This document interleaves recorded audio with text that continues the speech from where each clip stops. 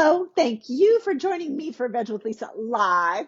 I am Lisa. This is most definitely live. These are not vegetables. These are my awesome salad thingies that I had turned into a percussion instrument. Oh, but that's not what this is about, other than it is about being silly and having fun. Before we officially get started with the real program, please type in the comments, say hi, let me know that you're here and that you can see me and that you can hear me because I talk to myself about vegetables enough as it is.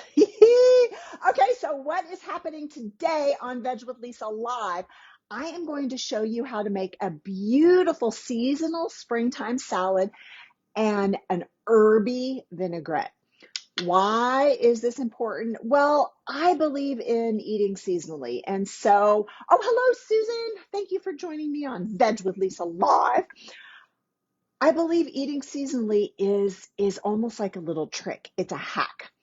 Because if you are eating seasonally, you're likely eating locally. You're eating what is fresh in season. That's what seasonal eating means. So you're likely to be getting fruits and veg that are at their nutritional peak.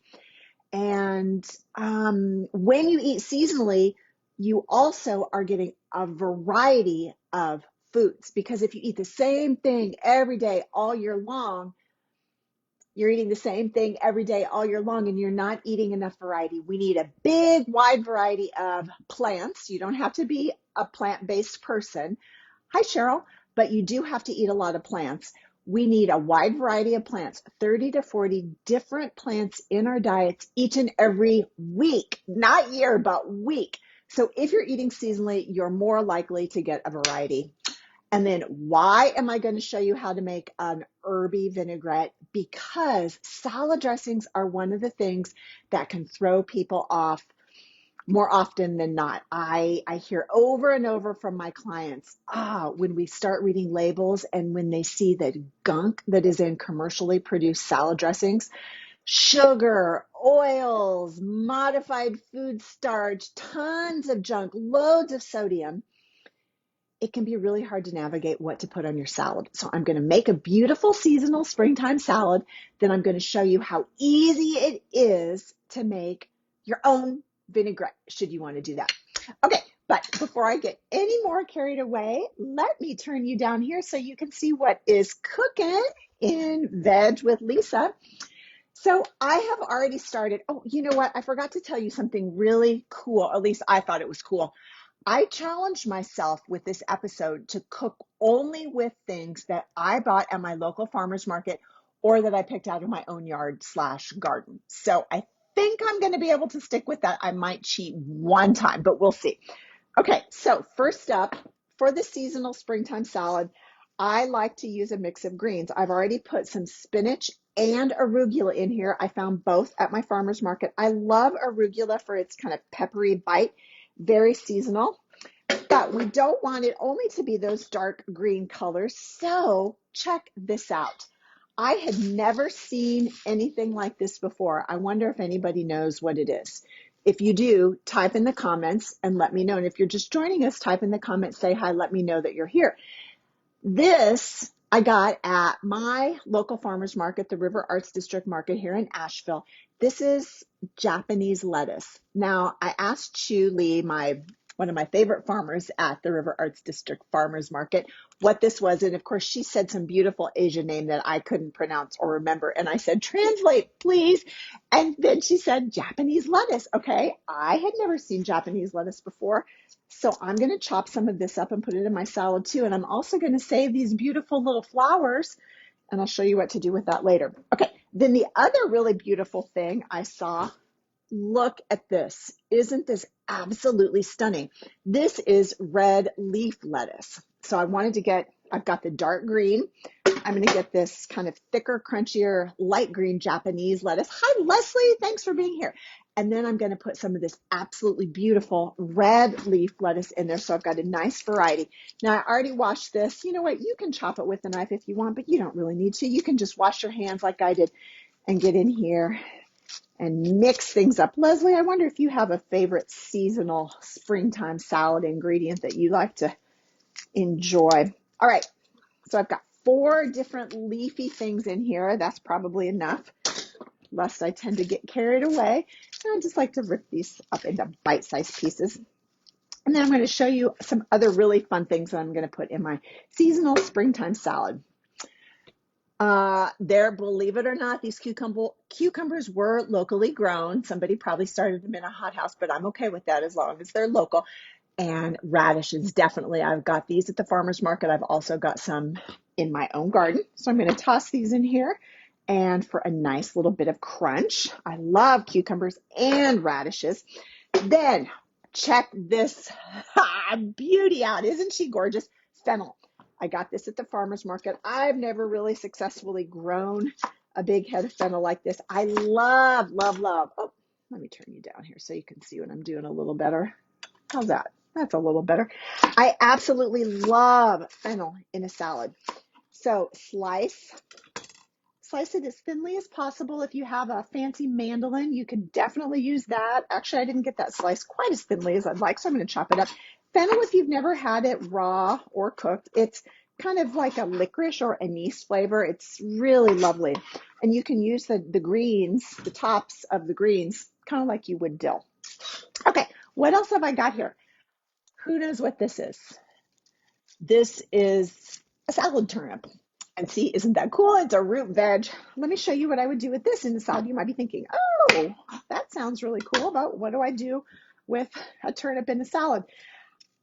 This looks like it was organically grown, which I'm delighted about. I would probably peel away those kind of rough spots. And then I'm just going to slice this into some really, really thin little slivers. Oh, it's beautiful. Again, if you have a fancy mandolin and you want to use that, aren't these absolutely beautiful? I love turnips in a salad. I love that sort of bitter flavor. Now, don't throw your greens away. Wash these and save these. Toss them in soups or saute them with another cooking green. Salad turnip. What's this? This is a little baby beet. So you might be thinking, okay, yep, I've seen those pickled beets at the salad bar. No, I'm going to show you what I would do with this. Look, this is also a root. It came out of the ground. I'm going to chop that part off. And again, I'm just going to peel. You probably wouldn't need to. You could just scrub them good, but it's a little bit rough. So I'm going to peel it. Oh, isn't this yellow beautiful? That's another reason when we eat a variety, when we eat seasonal. And then I'm just going to do this. When we eat seasonal, we're going to get a variety of colors, which is also very, very important so that we're getting enough nutrients. Look at that. I'm just shredding this or peeling this. You could shred it. You could use what do you call one of those things that you cut your knuckles on if you're not careful, a box grater. But I just like to get in here. Look at this. Isn't this so pretty? Absolutely gorgeous. I've got all kinds of colors. Okay, let me see. Oh, and sprouts. Yes, you can grow your own sprouts. In fact, I'm getting ready to. However, in the meantime, I got these from my local farmer's market. And sprouts are one of the best things we can eat for ourselves. Especially broccoli sprouts, are really, really high in sulforaphane, which is a cancer killer. Okay, look at this. I've got a beautiful variety of greens. I've got spinach. I've got arugula for a little bite. I've got some Japanese lettuce. And what was the fourth green? Oh, and then this beautiful red leaf lettuce. Radishes, cucumbers, fennel, some salad turnips, and here's my beautiful yellow beets. So isn't that fun? Sure, you could chop up a carrot and some celery, but I think this is so much more exciting and fun to see what is at your farmer's market. What grows together usually goes together. Okay, now perhaps for one of the most important parts of this episode is the homemade vinaigrette. Now, again, you do not have to make your own salad dressings, but I want you to read the labels. You absolutely have to read the labels. This is Steph's Herby Vinaigrette, my friend Stephanie Moore, who is an Ayurvedic health coach. She and I are doing a really cool program later this month called It's so cool, I forgot the name. Nourish Yourself While Slaying Your Sugar Dragon. And salad dressings are something that we're going to address in that course because, again, they are so often loaded with sugar, with inflammatory oils, with preservatives, all kinds of guff that you don't want. So if you don't want to make your own herby vinaigrette, you don't have to. However, read the labels on any salad dressing that you purchase. All right, I'm going to use extra virgin olive oil. Avocado oil would be really good as well. And one thing I really like about Steph's recipe is she's got two different acids in here. I've got apple cider vinegar and lemon juice. I think that's going to give it a really nice richness and depth of flavor. Okay, seasonal again. Go out into your garden or go to the farmer's market or go to the supermarket and buy what's local for your herbs. I went out into my garden and I found cilantro and I found dill. So that's what I'm using. And I'm using lots of them. Using a lot of spices and herbs is a fantastic way to flavor your foods without needing a lot of sodium and sugar. Okay, so I'm just gonna, I like making my vinaigrettes in a jar. Isn't that beautiful? But I'm not done yet. I've got some green onions. Now, Steph's original recipe called for shallots, which I really do love in a vinaigrette. But I thought, okay, I'm keeping this local, and there are little baby green onions at the farmer's market and in my own garden right now. So I gave that a little shake. Some sea salt. Remember, sea salt is a whole food. We get most of our excess sodium from processed foods and convenience foods, and a good grinding of freshly cracked pepper. Now, one last thing goes in here. The original recipe called for some garlic. This I wanted to show you because it's so cool. This is how garlic grows. I already chopped her head off, but look at this. Isn't this cool? So it will grow in the ground like this. This is the top that shoots up. The scape comes off. You shoot the scape, cut the scape off, and then look at this. This, if you left it, would turn into a head of garlic. Isn't that so cool? You can start to see the little cloves forming. I love fresh garlic, and I'm going to use just a little bit of it in the vinaigrette, not too much. I like cooking with fresh garlic when it's available and in season because it has a much milder flavor. Things usually intensify as they dry because the moisture is removed. And this fresh garlic, if you can get it, it's just sublime. It's absolutely a delight. Hi, Renee. If you don't have access to fresh garlic at your farmer's market or in your own garden, no worries. Just use a little clove or even some garlic powder. That would be fine. Okay, in my herby vinaigrette, I've got extra virgin olive oil, avocado oil would be great, apple cider vinegar, and lemon juice.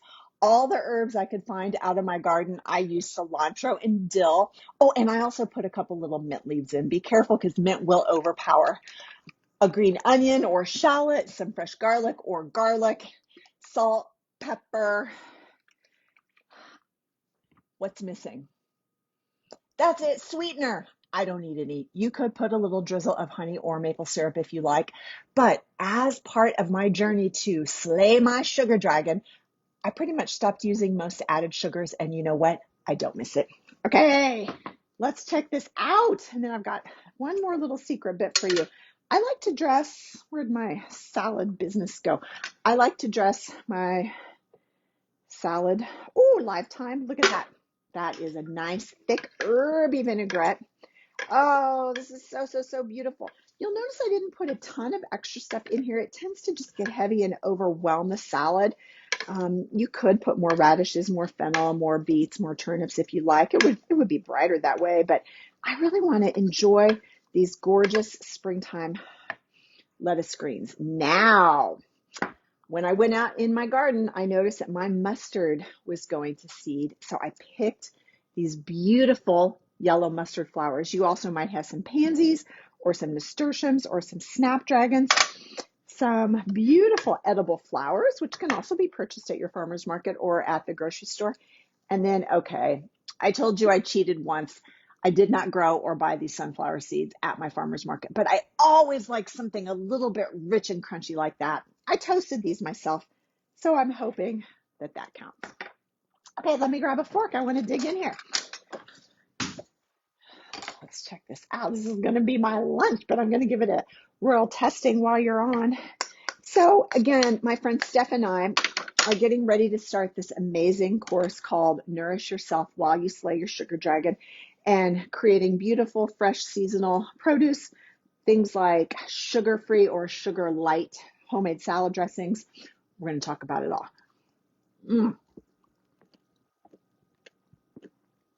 It's absolutely delicious. Seasonal springtime salad with seasonal springtime herby vinaigrette. Think about your relationship with sugar. If you're not happy, if you would like it to change, join us for our 3-week course. I'll put the link to the details in the comments. Thank you for joining me for Veg with Lisa Live. See you next time.